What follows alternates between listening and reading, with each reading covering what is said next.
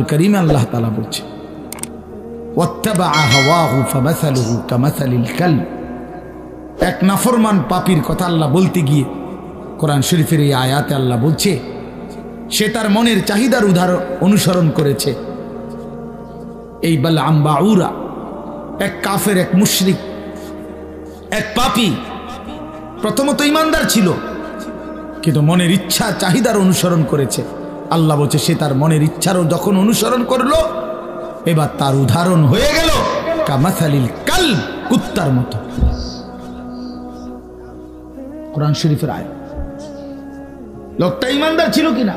ইমানদার ছিল, শতবার খাঁটি ইমানদার ছিল। যেদিন সম্পদের লোভে নিজের মনের চাহিদা মতো অনুসরণ করেছে, আল্লাহ তখন বলছে তার উদাহরণ কুত্তার মতো হয়ে গেছে, কামাসালিল কালব। এজন্য প্রিয় বন্ধু মনে রাখো, প্রতিদিন আমি এটা বলি, ছেলেরা বাবা তোমার পরিচয় তুমি মিলাইয়া নিও, আমার দরকার নেই, আমার এত সময়ও নাই। তোমার পরিচয় তুমি মিলাও, আমার পরিচয় আমি মিলাই। প্রত্যেকেই হিসাব লাগাও, হ্যাঁ নিজেরে নিজে হিসাব করো। তুমি চালাক না বেওকুফ তোমার বিবেককে তুমি প্রশ্ন করো। আল্লাহ তাআলা কোরআনুল কারীমে বলছেন যে মানুষটা মনের ইচ্ছা মতো চলে তার জীবন কুত্তার জীবন, কামাসালিল কালব, কুত্তার জিন্দেগি। এজন্য আমি সব সময় বলি যে কপালে সেজদা নাই, ওই বেনামাজি যেগুলো, এগুলোর জিন্দেগি কুত্তার জিন্দেগি, কুকুরের জিন্দেগি। এজন্য নওজোয়ান ছেলেরা মনে রাখো, তোমাদের যাদের কপালে সেজদা নাই তোমার জীবন কুত্তার জীবন। খাও বিরিয়ানি খাও, খিচুড়ি খাও, কোনো অসুবিধা নেই, অসুবিধা। যার যার বাড়িতে টয়লেট তো আছেই, খাইবা না? বাথরুম তো আছেই, ভাত খাও। যা মুখে অর্জন করলা তা বাথরুমে ক্লিয়ার করে দিল, খালাস। তো আর অর্জন করি জীবনের, এ তো গেল গাই। এই জন্য আমরা এটা বোঝা উচিত, আমাদের এটা ফিকির থাকতে হবে। আমরা মুসলমান, মুসলমানের 10 বছরের বাচ্চাও দামি, মুসলমানের 6 বছরের বাচ্চাও দামি, মুসলমানের 60 বছরের বুড়া মানুষও দামি, মুসলমানের 1 সেকেন্ড দামি, মুসলমানের 1 মুহূর্তও দামি। আমার প্রতি মিনিটের হিসাব হয়, আমার প্রতি মুহূর্তের হিসাব হয়, আমার প্রতিটা নিঃশ্বাসের হিসাব হয়। তাহলে আমার আবার অবসর কোথায়? আমার আবার ছুটি কোথায়? আজকে আমার মাদ্রাসা বন্ধ হয়েছে, আমি লম্বা বয়ান করছি ছাত্রদেরকে, 450 ছেলে ছুটি দিছি সকালবেলা। তা আমি এটা বলছি বাবা আমাদের কোনো ছুটি নাই, जिसकी सबक याद हुई उसकी छुट्टी ना मिली। আমাদের বুজুর্গরা এটা বলে, যারা আখিরাতের সবক মুখস্থ হইছে, যে কলিজার মধ্যে এটা মুখস্থ হইছে যে আমারে মরতে হবে, আমারে জান্নাতে যাইতে হবে, আমারে কবরের আযাব থেকে মুক্তি পেতে হবে, জাহান্নামের আযাব থেকে মুক্তি পেতে হবে, তার আবার ছুটি কিসে? আমি ছুটি কাটাইলে হবে না, আমারে বাড়িতে থাকলেও ফজরের নামাজ পড়তে হবে, মাদ্রাসায় থাকলেও পড়তে হবে, বাজারে থাকলেও পড়তে হবে, বিমানে থাকলেও পড়তে হবে। আমার আবার ছুটি কি? আমার কোনো শুক্রবার নাই, আমার কোনো 21শে ফেব্রুয়ারি নাই, আমার কোনো 16ই ডিসেম্বর নাই, আমার কোনো 26শে মার্চ নাই, আমার কোনো ছুটি নাই। আমার প্রতিদিনই ডিউটি, আমার নামাজ প্রতিদিনই, আমি হালাল পথে চলতে হবে প্রতিদিনই, আমার চরিত্র হেফাজত করতে হবে প্রতিদিনই, কারণ আমার কলিজার মধ্যে এটা বুঝে আইছে যে আমার আখিরাত আছে, আমার পরকাল আছে, আমাকে মরতেই হবে। অতএব जिसकी सबक याद हुई उसकी छुट्टी ना मिली। যার সবক ইয়াদ হইছে মানে আখিরাতের পড়া মুখস্থ হইছে, আখিরাত কলিজার মধ্যে ঢুকছে, তার আবার ছুটি নেই, তার ছুটি নেই। ছুটি হলো নাফরমানের, যে মনে করছে আমি এখন মুক্ত স্বাধীন, আমার আব্বা যেহেতু আমারে কিছু বলে না আমি নারী দেখতে থাকি, আমার মা যেহেতু আর কিছু বলে না আমি এখন ছবি দেখতে থাকি, আমার গ্রামবাসী কেউ আমারে ডাকে না। আহ, তোমারে কেউ ডাকে না বাবা, তোমার চুল জানোয়ারের মতো, তোমার চুল বেঈমানের মতো, তুমি পেশাব করে টয়লেটে ঢিলা কুলুক টয়লেট পেপার ব্যবহারের গুরুত্বও নাই, পাক নাফাকের ধার ধারণা নিজের মাকেও দেখো, মানুষের বেডিরেও দেখো, আপন বোনকেও দেখো, রাস্তার মেয়েকেও দেখো। ওই দেখেন ওই ওরা কথা বলতেছে।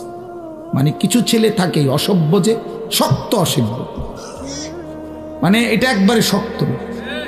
কিছু ছেলে এত নিকৃষ্ট বেয়াদব যে তার কথা হইল, আমি হুজুর জীবনেও কারো কথা শুনি না, আমনেরটারে হঠাৎ করে শুনি না কি করব। হ্যাঁ হ্যাঁ, বাস্তবতা এটা। মানে এত বড় নিকৃষ্ট বেয়াদব যে আমি আসছি হুজুরে খিচুড়ি খাইতাম, হ্যাঁ, যেহেতু আমনের কথার কারণে দেরি হইতেছে দেখে বইয়া রয়েছি নিরুপায় হইয়া। কথা বুঝছেন না? হ্যাঁ, কাজে আমি যেহেতু কারো কথা শুনি না, আমি নজর রাখি ছেলে মিয়া, এটা আমার সারা জীবনের অভ্যাস। এই জন্য আমি 1 মিনিট বললো, আমি হাসাহাসি তামাশা পছন্দ করি না। আমরা আমাদের এই ছেলেদেরকে ফিরাইতে হবে, আমাদের এটা সিদ্ধান্ত ইনশাআল্লাহ। আলহামদুলিল্লাহ, আমরা আমাদের মাদ্রাসায়, আমার যে ক্যান্টনমেন্টের মাদ্রাসায়, এই 8 তারিখ গত শনিবার আল্লাহর দয়ায় আমরা শুধু 16 বছর থেকে 30 বছর যাদের বয়স এমন ছেলেদের আলাদা ইসলাহি মজলিস করছি। সকাল 10টা থেকে 4:30 পর্যন্ত আমার মাওলানা ইয়াহিয়া বয়ান করছে, আমরা বয়ান করছি, আমার শায়েখ আল্লামা মুফতি মুশতাকুন নবী সাহেব, মুফতি আমজাদ সাহেব, মুফতি ইউসুফ বিন ইকবাল, ওনারা সব বয়ান করছেন। একজন বড় ডাক্তার বয়ান করছেন ধারাবাহিক ছেলেদের চরিত্র আখলাকের উপর। প্রায় 600 ছেলে শুধু এই বয়সী আসছে, আলহামদুলিল্লাহ। শুধু নওজোয়ান 16 থেকে 30-এর নিচে। তবে আমরা আরো বড় স্বপ্ন আছে ইনশাআল্লাহ। তো বললাম যে এটা আমার ইচ্ছা, আমার ছেলেরা বদলাইতে হবে আল্লাহর দয়ায়, ছেড়ে দেওয়ার কোনো সুযোগ নেই। আজকে অভিভাবকরা সন্তানকে ছেড়ে দিস, 16 বছরের একটা ছেলেকে এবারটা নিয়ন্ত্রণ করতে পারে না। এবারটা বলে একটা বাপ হয়েছে, বেটা অপদার্থ কথাকার, বেটা আইসে দুনিয়াত বাত কত ডিয়ার বন খাইতো আর বিড়ি খাইবে, গপ মারে ফালতু। তোমার 14 বছরের একটা ছেলেকে তুমি 1 ওয়াক্ত নামাজ পড়াইতে পারো না, তুমি একটা বাপ হইছো বেটা। তোমার 14 বছরের মেয়েটাকে পর্দানশীল চরিত্রবান বানাইতে পারলা না, তুমি একটা মা হইছো, ফালতু কোথাকার। জিন্দিগি বুঝেই না, বাপের কলিজার মধ্যেও দুনিয়া, সন্তানের কলিজার মধ্যেও দুনিয়া, হিসাব হইল এটাই। আসলে বাপেও বিড়ি খায়, ফুতেও বেডি চায়, আর কি তা এক ডকের। বাপে সাদওয়ানে বইয়া টেলিভিশন চায়, ফুতে অসৎ বন্ধুদের সাথে একসাথে বসে মোবাইল চায়, খালাস বরাবর সাওয়া সাওয়া বরাবর। যার কারণে বাপেও বুঝে আমার সন্তানের ডাক দিয়ে লাভ হইতো না, আমি ডাক দেব কেন? সেই হিম্মত তো থাকতে হবে, সেই সাহস তো থাকতে হবে। কলিজার ভিতরে আখিরাতের ফিকির যার আছে, যে পরকালকে বিশ্বাস করে, কবরকে বিশ্বাস করে, তার চোখের পানি পড়ার কথা, সে চিৎকার করার কথা যে তুমি আমার সন্তান বাবা, তুমি যদি জাহান্নামী হও, আমি বাপ এটা কেমনে সইব, কেমনে সইব আমি? আমার ছেলে হইয়া যদি মুসলমানের ঘরে জন্ম নিয়া যদি আমার ছেলে কোনোদিন ফজরের নামাজ না পড়ে, আমার এই জিন্দিগির অর্থ কি? আর আমার ফুতের জিন্দিগির অর্থ কি? আমি কিসের বাপ, আমার ফুতে কিসের মুসলমান? কি ও মিয়া, কার ঘর এটা? যে ঘরে সবাই নামাজ না পড়ে ঘুমায়, এ ঘর তো নাফরমানের ঘর, এ তো সাপ বিচ্ছুর ঘর, এ তো কুকুর বিড়ালের ঘর, জন্তু জানোয়ারের ঘর। আল্লাহর নবী বলছে যে ঘরে আল্লাহর জিকির নাই, খোদার কসম নবী বলছে ওইটা কাল বাইতিল খারিব, ওইটা সারা বাড়ি, আলগা বাড়ির মতো, যে বাড়িতে মানুষ থাকে না, কুত্তা থাকে, বিলাই থাকে, সাপ থাকে, বিচ্ছু থাকে, কেচ্ছা থাকে, বেটা মানুষ থাকে না, মানুষ থাকে না। বেডিও বেফরদা, বেডাও বেফরদা, মাও নামাজ নাই, বাপেরও নামাজ নাই, জিরো নামাজ নাই, ফুতের বউরও পর্দা নাই, ফুতেরও পর্দা নাই। মা কি করেন? সবাই খায়, ঘুমায়, পেশাব পায়খানা করে, যার যে যার মতো, ফুতের চুল ফুতের মতো, বাপের চুল বাপের মতো। জির বোরকা জির মতো, মার বোরকা মার মতো। তো এটা পরিবার হইলো কেমনে নিয়ে? কথা বোঝেন না? এটা পরিবার হইলো? এটা একটা ফ্যামিলি হইলো কি? আমি, আমার বউ, আমার 4টা ছেলে, কারণ সবাই যদি আলগা আলগা হয় তো আমার এটা ফ্যামিলি কি? কথা বলেন না কেন? আমার চুল একরকম, আমার ফুতের চুল আরেক রকম, মার বোরকা কালো, জির বোরকা রঙ্গিলা, তো এটা ফ্যামিলি হলো কেমন? কার লগে কার মিল? এটা তো কোনো পরিবার নয়, এটা তো ব্যাচেলার। এটা তো সব ব্যাচেলারে না, এগুলো এটা তো মনে যেন হোস্টেলে না থাকে এক একজন। আপনারা ভাবেন আর কত বছর বলবো আপনাদেরকে? বলেন কত বছর আর বলবো? এই জিন্দিগিও তো ক্লান্ত হয়ে গেছে। এই জন্য বাপ ছেলেরা, বাবা কেন নষ্ট হয়ে যাচ্ছ? বলো বাবা, কেন নামাজ পড়ছো না বাবা? আল্লাহর সাথে আল্লাহকে নারাজ করে কি পাইছো এই পর্যন্ত?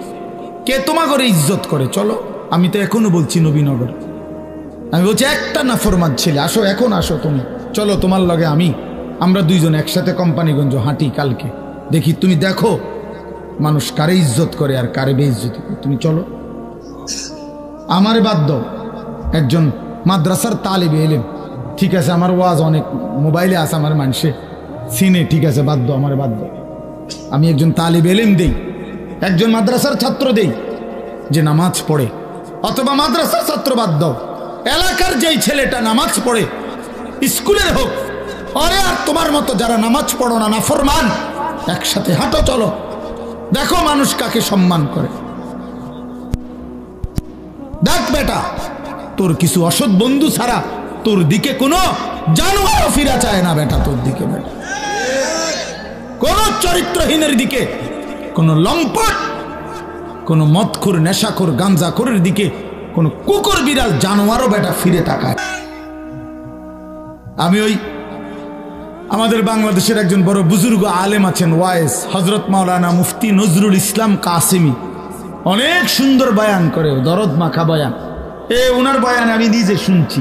উনি বলছে শুকর সকালবেলা যখন ঘুম থেকে ওঠে, ওনার বয়ানের তো শুকর চোখ একসাথে মেলে না, মানে আমরা যেমন চোখ খুলি না ঘুমের থেকে, শুকর একসাথে চোখ মেলে না, মানে পুরাটা খুলে লায় না আর কি, একটু একটু করে খোলে, একটু এরকম আস্তে আস্তে চোখ মেলে, মানে একটু একটু করে চোখ মেলে।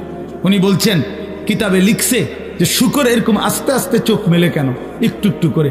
শুকর বারবার বলে এই চোখ মেলবার সময়, আল্লাহ আমারে কোনো বেনামাজি, কোনো নাফরমান যেন আমার চোখে না পড়ে, এই জন্য আস্তে আস্তে চোখ মেলে। আপনার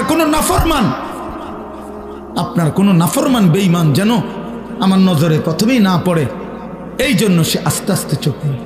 আমি হুজুরের বয়ানে শুনছি তোমাকে শুকরে ঘৃণা করে, কুকুরে ঘৃণা করে। তাহলে বলো বাবা, নেন পানির জগ, নেন। তাহলে এই জন্য বাপ কেন নামাজ পড়ো না? কারো কাছ থেকে ইজ্জত পাইছো? একটা ছেলে বলো যে হুজুর আমি নামাজ না পড়ার কারণে আমারে মানুষ অনেক সম্মান করছে? কেউ পাইছো কিনা একটা ইজ্জত? তাহলে এটা কি ধরনের জীবন তুমি বুঝো না? আমরা বুঝি না আমার ঘরে মানুষ মহব্বত করে না করে না, এটা আমি বুঝি না? কথা কও না দুলা, আমি এটা বুঝি কিনা, তুমি বুঝো কিনা? তো মানুষের অনুভব হয় না? এটা তো অনুভব হওয়ার বিষয়, যে আমার তো একটা বুঝ আছে যে মানুষ আমারে ভালোবাসে কিনা, ঠিক কিনা বলেন না কেন? আমারে এই হাজি সাহেব যদি মহব্বত না করতো তো আমি প্রতি বছর আইলাম কেন?